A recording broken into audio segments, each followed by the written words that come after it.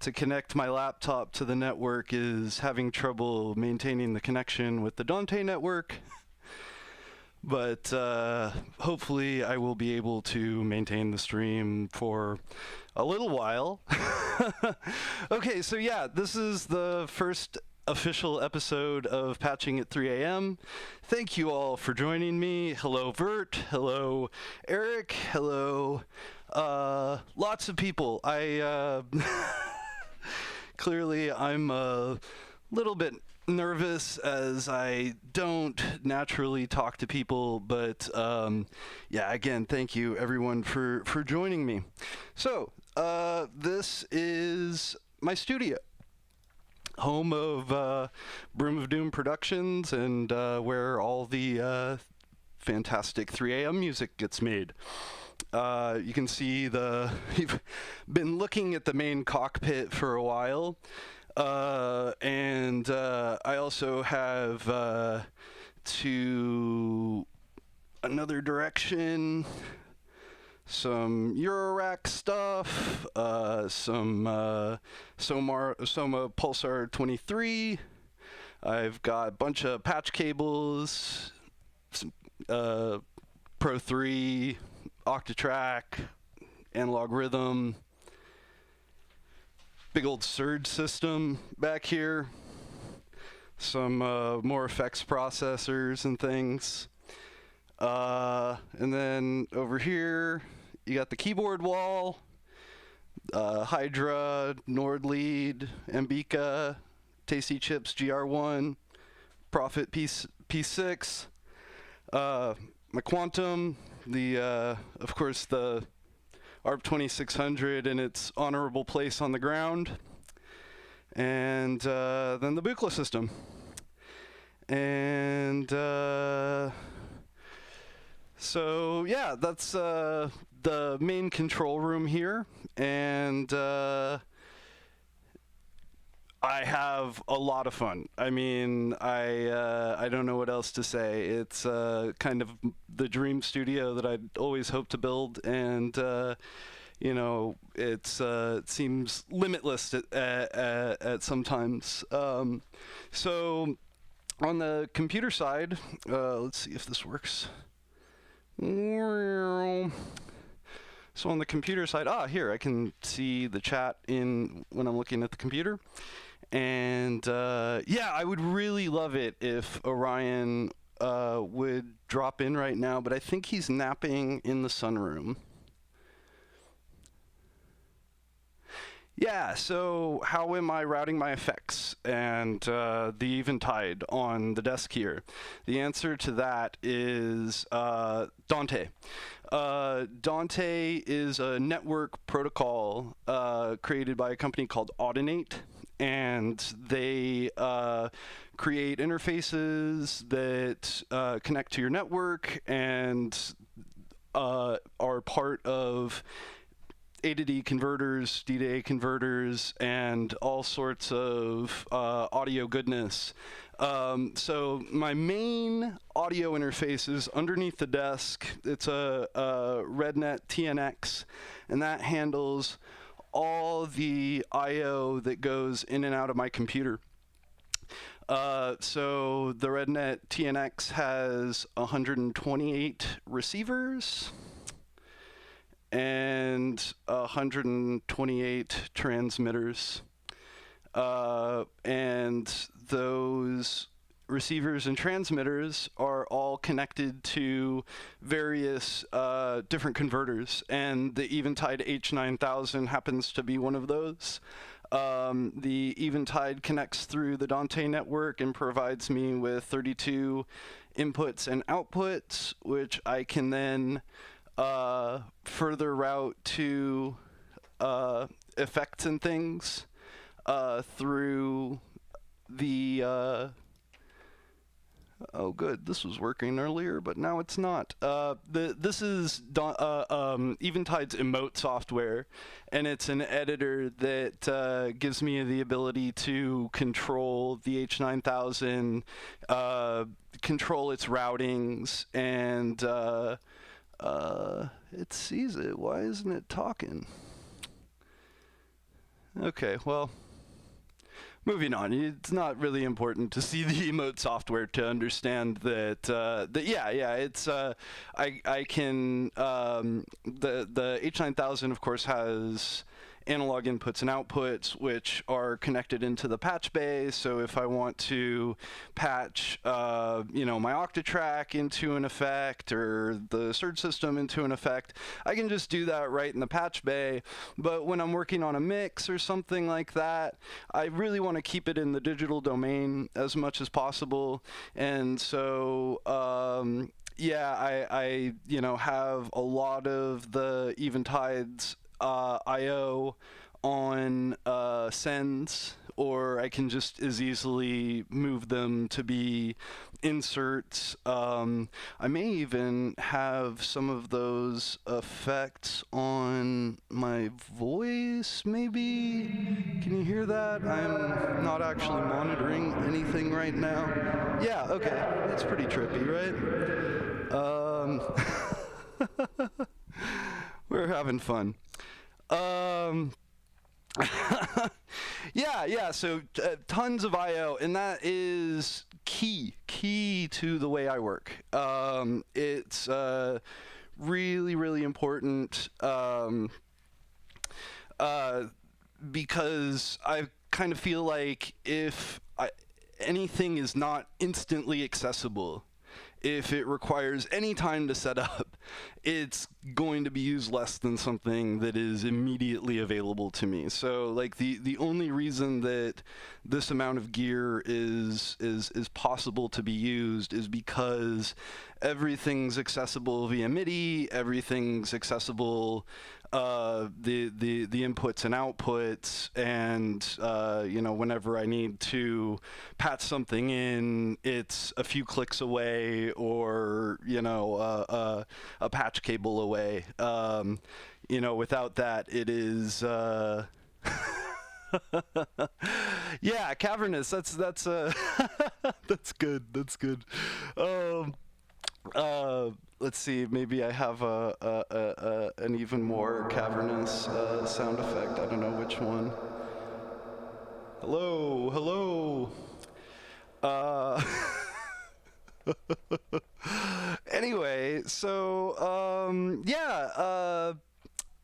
Let's see. Were there any questions about a specific synth? I could start demoing stuff, because, I was hoping for analog versus digital, not hybrid business. Yeah. Well, I can, like, we could just, like, yeah,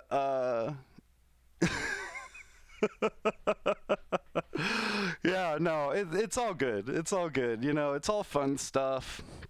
And that is all I give a shit about is it something that I can have fun with?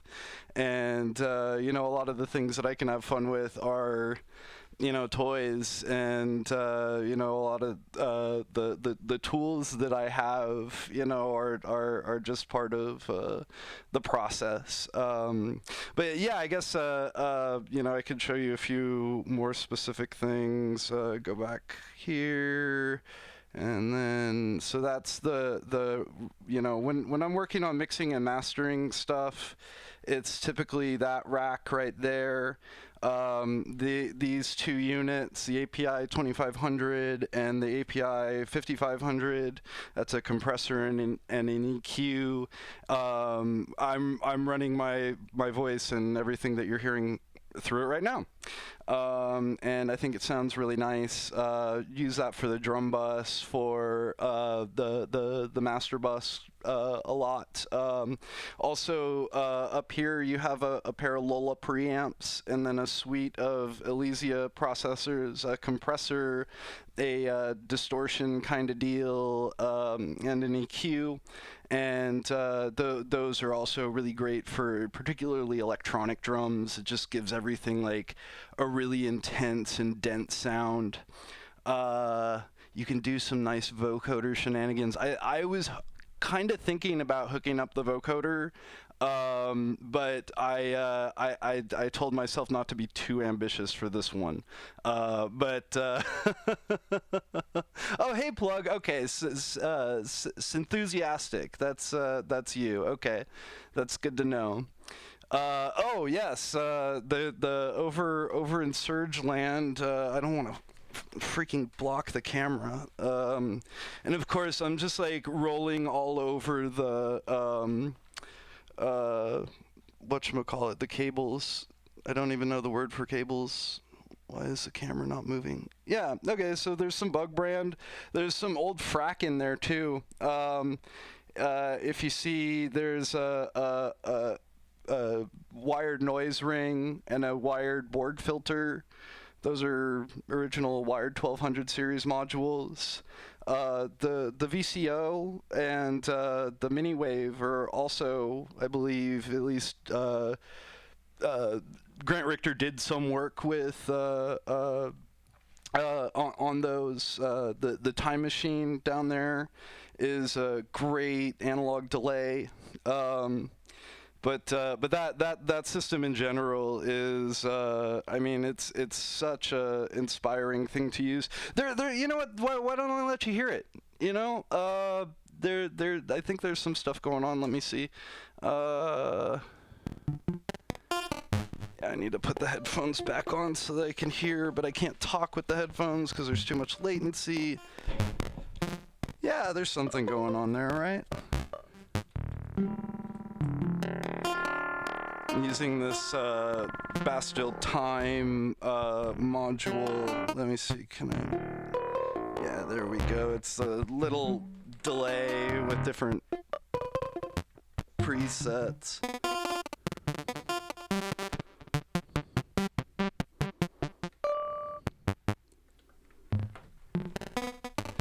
But what's happening with the modular right now is actually kind of interesting if you want me to talk about that. I'm using the note grid in Bitwig to generate a little pattern, but then it's also being transposed by the TKB sequencer down here. Yeah, so I can kind of transpose the sequence, make it higher, make it lower. Yeah, you know, the Serge is a really inspiring instrument to use for me. I gotta take these headphones off. So what else do we got? Let's see. Get out of the grid here. Yeah, the Bastille stuff is all fantastic. The Micro Granny and the Time Plus are just tons and tons of fun. What are the modules on the middle rack up the sequencer? Those are a bunch of Eurorack modules, like DIY Eurorack modules that I had built a couple of years ago that I put into did my best Rick and Morty there. Did you hear that? That kind of burp in between words. Yeah, it's I put banana jacks onto a bunch of Eurorack modules, and Eurorack uses the same power standard basically as Serge, so they talk pretty well together. So yeah, there's some like Buchla clones and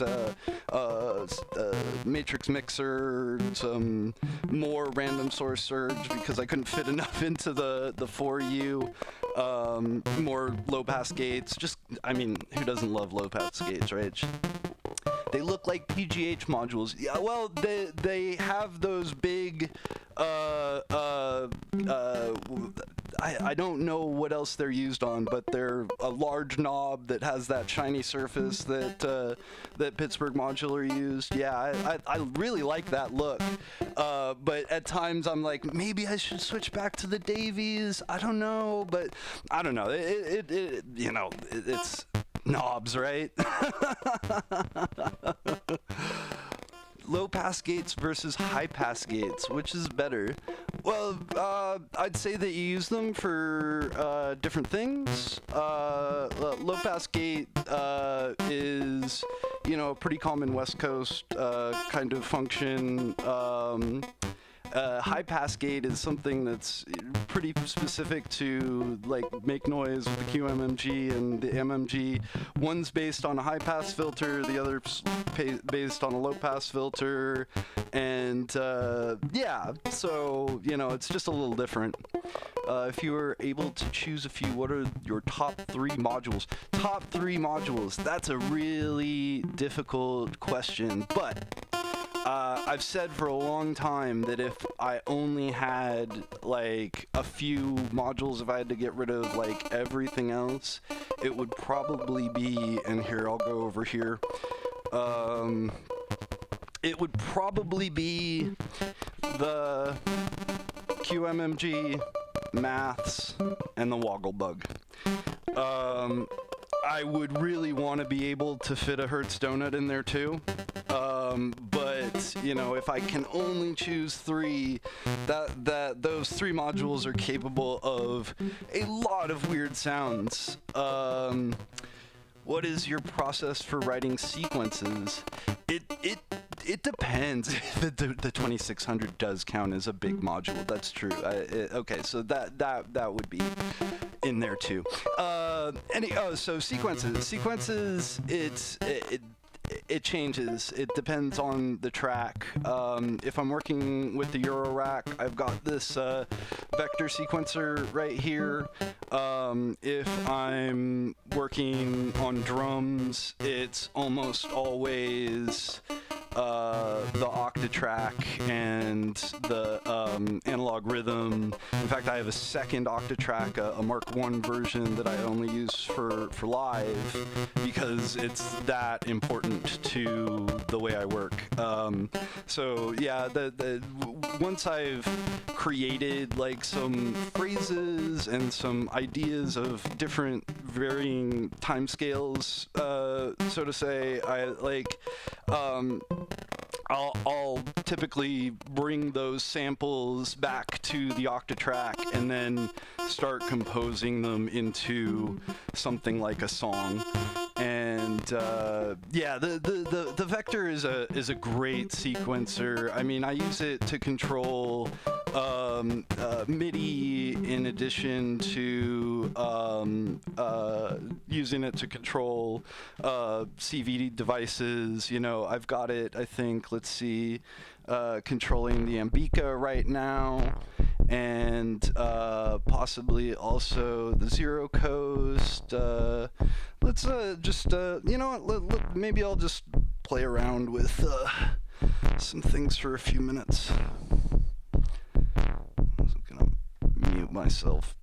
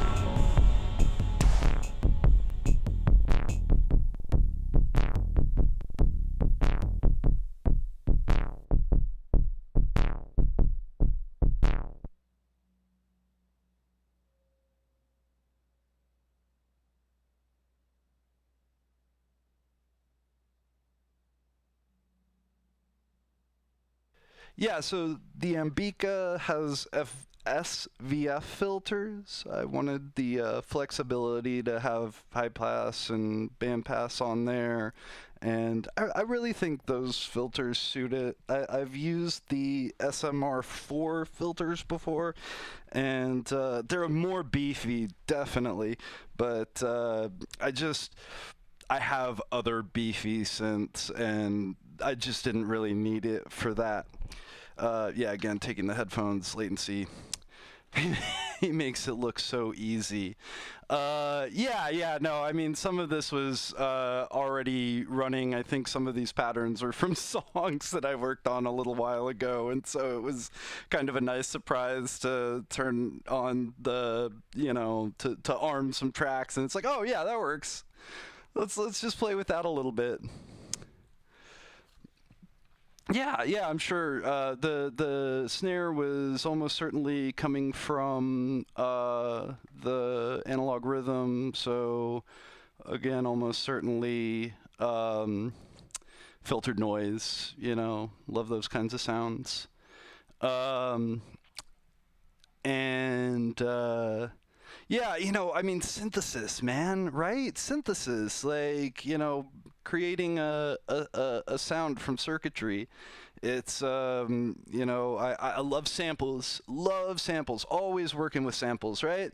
But I also really like working with things at as low a level as possible and just kind of digging in and figuring out how it works and kind of basing how I use things on that understanding. I don't know.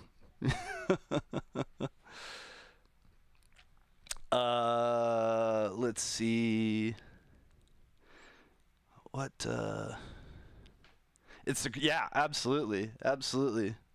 What is the hardware device that you have below the sequencer has a color screen? Uh, where did I put the remote? Oh, there it is. Okay. Which sequence? Wait. Which hardware device? I'm not sure which one you're talking about. Plug the that has a color screen. Oh! You're talking about the Helix underneath the Serge sequencer, right? Yeah, that's the Line 6 Helix, which is a really really underrated signal processor. It's it has sends and returns that are intended for connecting external pedals to it, but you can also use those sends and returns as just like line level inputs and outputs. So it has its main two inputs and outputs for effects, but then it has four more sets of inputs and outputs for effects, and you can just plug whatever you want into those, and it's like having a bunch of digital stomp boxes. Below, get out of the way of that side of things. There's an orange set of modules down at the very bottom, and those are intended for connecting pedals to line level inputs and outputs. And like, I really really enjoy using kind of lo-fi effects processors during the mixing process. It has a really unique vibe. It adds a bunch of noise a lot of the times, but those EXTC interfaces help a lot with reducing the amount of noise and making sure that the impedance levels are right, so that it sounds as good as it can, but it still has that kind of lo-fi character. Yes, the webcam is an OBS bot. Katie asked, do you also use the analog rhythm to sequence your modules? Not really.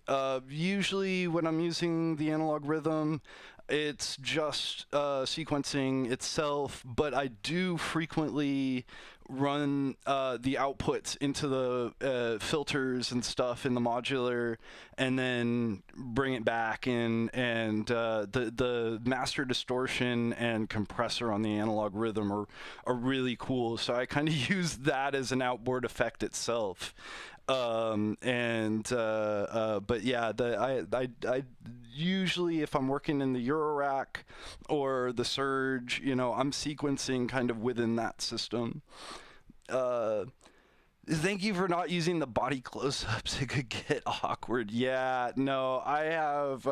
I'm wearing this black shirt so that you don't see how out of shape I am. I don't need any more attention on my body than I already get. But yeah, okay, so we're 30 minutes in. I think I have talked about as long as I am able to before getting anxious and weird. I really, really appreciate everybody hanging out and checking out my studio with me. And I hope to do it again sometime in the future. I would have liked to take you guys out to the sunroom where I have my live room, where I can kind of set up temporary jam stations. I have mic pre's and things like that. And, maybe we'll do like a guitar amp session or something like that. The next stream is going to feature our good friend George from LA Synth Club. D. Maxwell is going to be our guest, and he's going to do a little performance for us. And yeah, thanks so much. This has been another Patching at 3 a.m. Have a great day, everybody.